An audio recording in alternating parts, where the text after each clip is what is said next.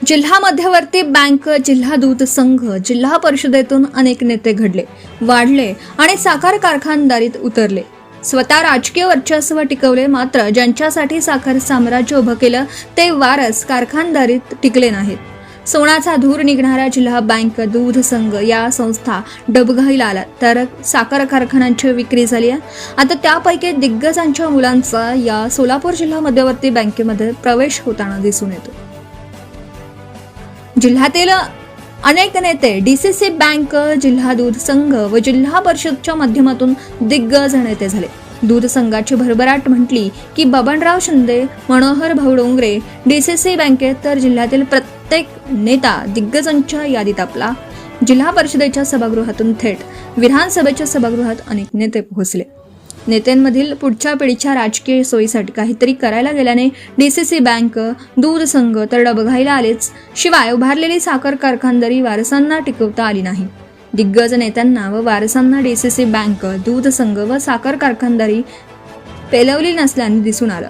आता यातील काही दिग्गजांच्या वारसांची जिल्हा मध्यवर्ती बँकेत आत येण्याची शक्यता आहे, कारण याच दिग्गज नेतृत्वाला डीसीसी बँकेच्या बेसुमार कर्ज वाटपाला जबाबदार धरण्यात आला आहे. मात्र विकास सोसायट्यांवर या नेत्यांचं वर्चस्व आहे.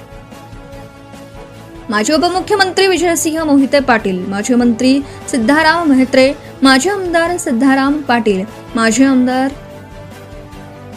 दिलीपराव माने, माजी सहकार राज्यमंत्री कैलासवासी प्रतापसिंह मोहिते पाटील, माजी मंत्री दिलीपराव सोपल, माजी मंत्री हर्षवर्धन पाटील, माजी आमदार संजय मामा शिंदे, माजी आमदार धनाजी साठे, माजी मंत्री कैलासवासी दिगंबर बागल, राष्ट्रवादीचे माजी जिल्हाध्यक्ष मनोहर डोंगरे, खासदार धनंजय महाडिक यांचे वारस, तसेच माजी आमदार दीपक साळुंके पाटील, दत्तात्रय शिंदे, आमदार उत्तम जानकर हे साखर कारखाने चालवू शकलेले नाहीत.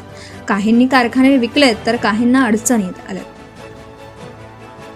या उलट माजी आमदार बबनराव शिंदे, राजन पाटील, आमदार सुभाष देशमुख, आमदार तानाजी सावंत या राजकीय नेत्यांचे वारस साखर कारखानदारी चांगली चालवत आहेत.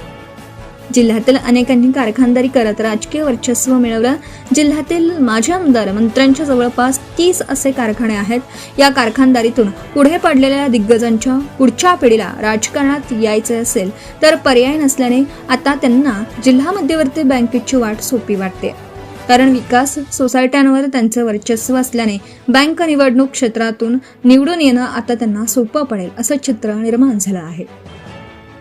पुढच्या पिढीला जिल्हा बँकेचा कारभार समजून घ्यायचा असेल तर मोठी आव्हानं आहेत.